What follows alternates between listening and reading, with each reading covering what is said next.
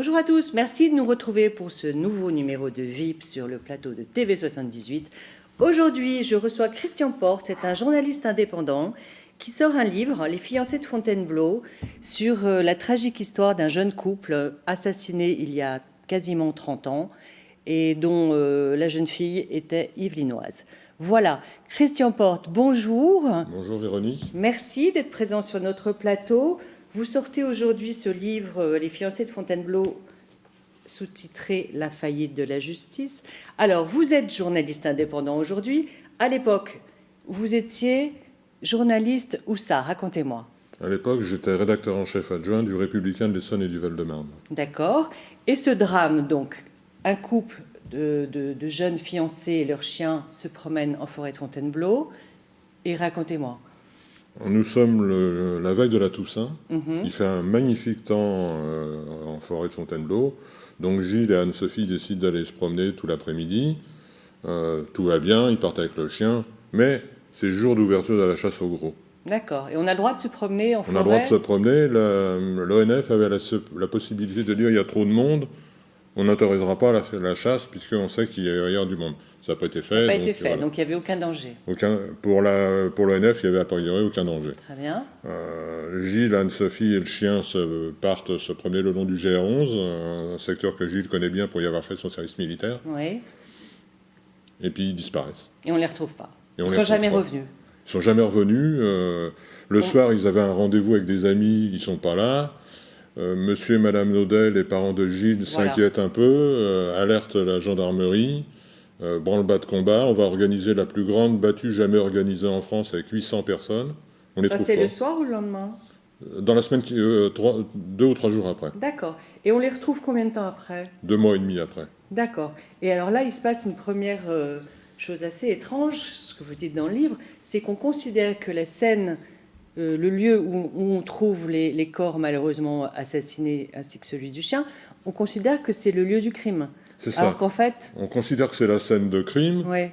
Alors que très vite, on va apprendre que c'est la scène de découverte du crime. Ce qui n'a rien à voir. Ce qui n'a rien à voir. Voilà. Et curieusement, le soir de la découverte des corps, le mardi 10 janvier 89, le procureur de la République, Roger Lucas, à d'Evry, fait paraître un communiqué dans la nuit pour dire « c'est bien les jeunes gens qu'on cherchait, il y a eu un déplacement post-mortem ».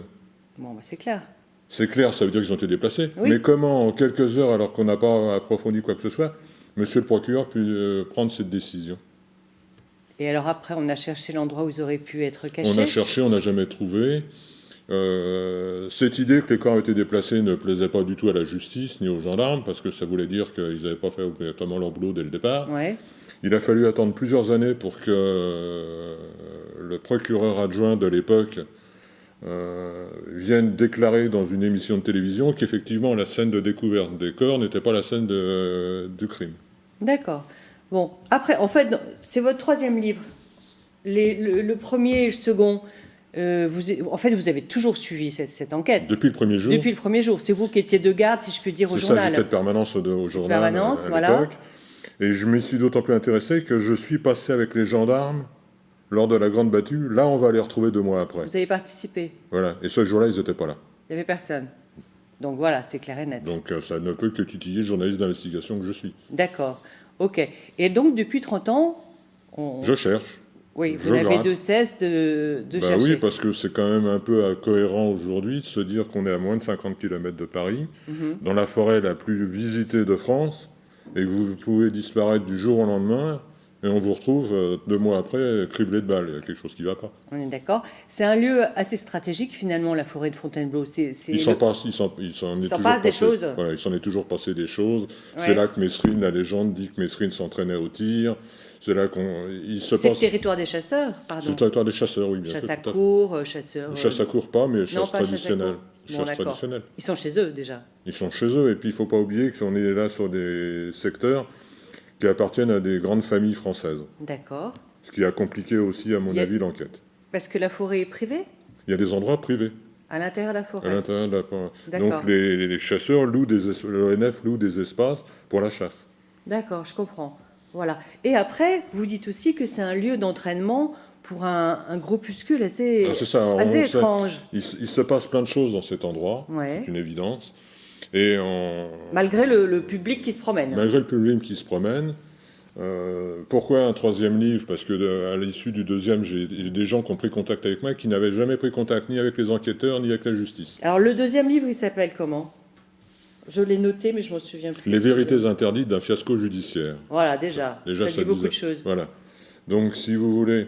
Donc vous avez été contacté après le deuxième livre? J'ai été contacté après le deuxième livre par un certain nombre de gens qui sont venus me dire des choses. Spontanément. Ce livre dont on parle aujourd'hui est sorti il y a quelques jours. Ouais. J'ai déjà 2 témoignages, 2 personnes qui m'ont déjà appelé pour me donner des témoignages nouveaux. En plus des témoignages nouveaux en plus de qui ceux qui sont dans livre. ce livre. D'accord. Okay. Alors pourquoi les si groupuscules? Pourquoi les groupuscules? Ah oui, le groupuscule, allons-y, Pourquoi pardon. les groupuscules? J'ai quelqu'un qui a pris contact avec moi, un monsieur âgé, qui m'a dit « Je suis un officier qui travaille dans ces groupuscules alimentés par l'OTAN. Donc je vais vous dire, je suis sûr que ce jour-là, ils étaient là, ce groupuscule était là, ainsi de suite. Et il ne faut jamais oublier qu'on est dans la région de Fontainebleau. Oui. La région de Fontainebleau qui, au lendemain de la guerre, a été le QG administratif et opérationnel de l'OTAN en France. D'accord. Donc c'est resté un lieu stratégique pour eux. Dans le secteur, tout le monde connaît l'OTAN, tout le monde sait. Et effectivement, la possibilité de se dire que Gilles et Anne-Sophie se sont peut-être trouvés le mauvais moment au mauvais endroit lors d'un jour d'entraînement. Tout le monde sait que ça continue à s'entraîner. Alors peut-être qu'aujourd'hui, depuis... oui, il faut dire que c'était il y a 30 ans. Voilà. Peut-être qu'aujourd'hui, depuis, on a fait en sorte que les gens s'entraînent plus. Et encore, il y a eu une enquête qui a été faite aussi, une commission parlementaire par l'Assemblée nationale, non pas sur cette affaire, mais sur les problèmes de services de sécurité des partis politiques. Oui. Et au cours des auditions, il y a un syndicaliste de la police, bien connu à l'époque, qui est venu dire qu'il savait que les commissaires de police et certains policiers s'entraînaient là aussi. D'accord. Bon, c'est juste le lieu où pas aller se promener, finalement. C'est le lieu où pas aller se promener, c'est un plateau désertique. Ouais. Donc on voit loin ce qui peut arriver. C'est l'endroit idéal pour s'entraîner. Très bien.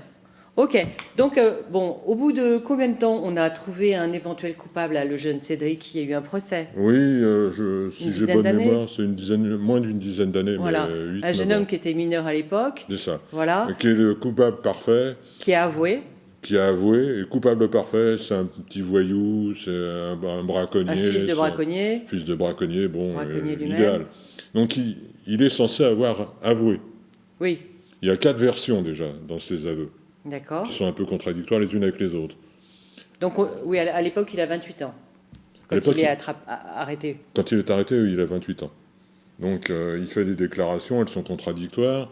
Et quand il arrive chez le juge d'instruction, il dit « J'ai rien dit. Tout ce qu'on m'a dit, on me l'a arraché de force. On me l'a arraché de force, on me l'a suggéré. » On a l'habitude dans les problèmes de justice de ce genre de choses.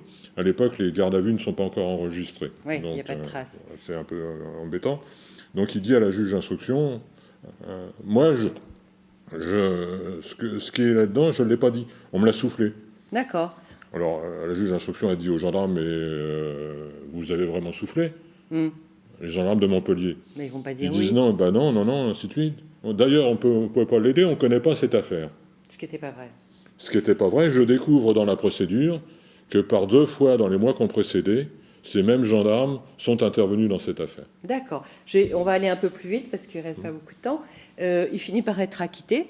Il finit par être acquitté. Donc on n'a plus de coupable. Il n'y a plus de coupable. Et le problème, c'est qu'on n'en cherche pas d'autres. Voilà. Alors l'acquittement de Cédric aurait dû conduire la justice à relancer l'enquête pour trouver le vrai coupable. Voilà. Les parents des victimes ont d'ailleurs déposé une plainte dans ce sens. Rien n'a été fait, on a bouclé le truc. Il y a plein de choses qui expliquent ça, c'est-à-dire des affaires très importantes qui sont en cours, il y a l'affaire du petit Grégory aussi. Bon, peu importe, en attendant, le résultat, il est là. Ces 2 jeunes gens à qui on a ôté la vie, on ne sait ni pourquoi, ni par qui. Et alors, du coup, ça tombe sous le coup de la prescription. La prescription judiciaire. Voilà, parce que c'est au bout de quel moment, la prescription? À l'époque, c'était 10 ans. 10 ans. Après le dernier acte de procédure. Ouais. 10 ans après, il y a la prescription judiciaire. On ne peut plus rien faire dans ces affaires. D'accord. Alors, moi, j'ai l'impression que ce livre, c'est un peu le combat de votre vie. Et, enfin, pas ce livre, mais ce travail. Un des combats. Mais je veux dire, le travail que vous menez assidûment depuis tant d'années, c'est pour arriver quand même à obtenir de la justice cette imprescriptibilité des faits. De crimes de sang. Et de viol. Etc. Donc aujourd'hui, on a les moyens techniques d'aller beaucoup plus loin.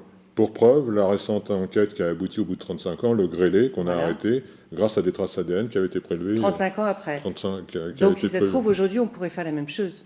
Oui, l'important, c'est que dans cette affaire, ça serve d'exemple à tout le monde et qu'on recommence jamais ce genre de conneries. Oui, voilà. Alors après, il y a la guerre entre aussi Police et gendarmes, voilà, qui n'ont là, pas les mêmes formations, j'imagine. des juges d'instruction qui se succèdent et qu'on n'a à peu près rien à faire. Il faut se rappeler Oui. que Mme Simeoni, la première juge d'instruction, son seul souci à l'époque, c'était de traquer les fuites chez les gendarmes pour savoir qui avait parlé aux journalistes. D'accord, plutôt que de chercher... bon, d'accord. Et donc vous avez écrit à la fin de ce livre une lettre au président Macron, une lettre Au garde des Sceaux. au garde des Sceaux. Avez-vous des réponses aujourd'hui? Non. Remarquez, ça fait 15 jours qu'il est sorti. Non, mais si vous voulez, c'est l'occasion ou jamais, puisque Monsieur le Président de la République a décidé d'organiser les États généraux de la justice. D'accord. C'est le moment de réformer, de mettre à plat des choses. Ouais. Alors, qu'est-ce que ça coûte financièrement de ne pas prescrire une enquête? Si elle est en sommeil, qu'est-ce que ça peut faire? Ça coûte que le dossier est jamais fermé. Oui, mais si personne ne Ah oui, travaille mais alors les dessus... magistrats vous diront, oh là là, c'est pas possible, on peut pas faire comme ça. Pourquoi? Tant qu'il n'y a pas un fonctionnaire qui dessus a surveillé un dossier où il ne se passe Oui, rien. et pourquoi on l'a pas fait? Je pense qu'il y a un vrai problème quelque part. Si c'était si simple, Ouais. ça aurait pu se faire depuis longtemps. On a déjà reculé la prescription qui était à 10 ans, il y a quelques années, on l'a portée à 20 ans. Ouais. Aujourd'hui, il y a un débat de dire est-ce que c'est l'imprescriptibilité totale Ben oui, ou pas. c'est ça que vous voulez, vous. Moi, je veux l'imprescriptibilité totale. Si ça pose trop de problèmes, on peut peut-être pousser la date de prescription à 30 ans ou 40 ans. Mais bon, si ça peut être un terrain d'entente pour tout le monde, pourquoi pas? Parce qu'au bout de 30 ans, 40 ans, ces deux générations, on peut penser que les gens sont plus de ce monde. Oui, d'accord. Bon, enfin, bon.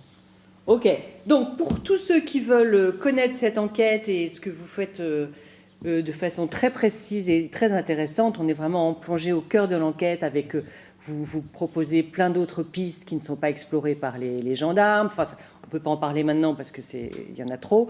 La PJ versaillaise, comment? Je reviendrai. Oui, éventuellement.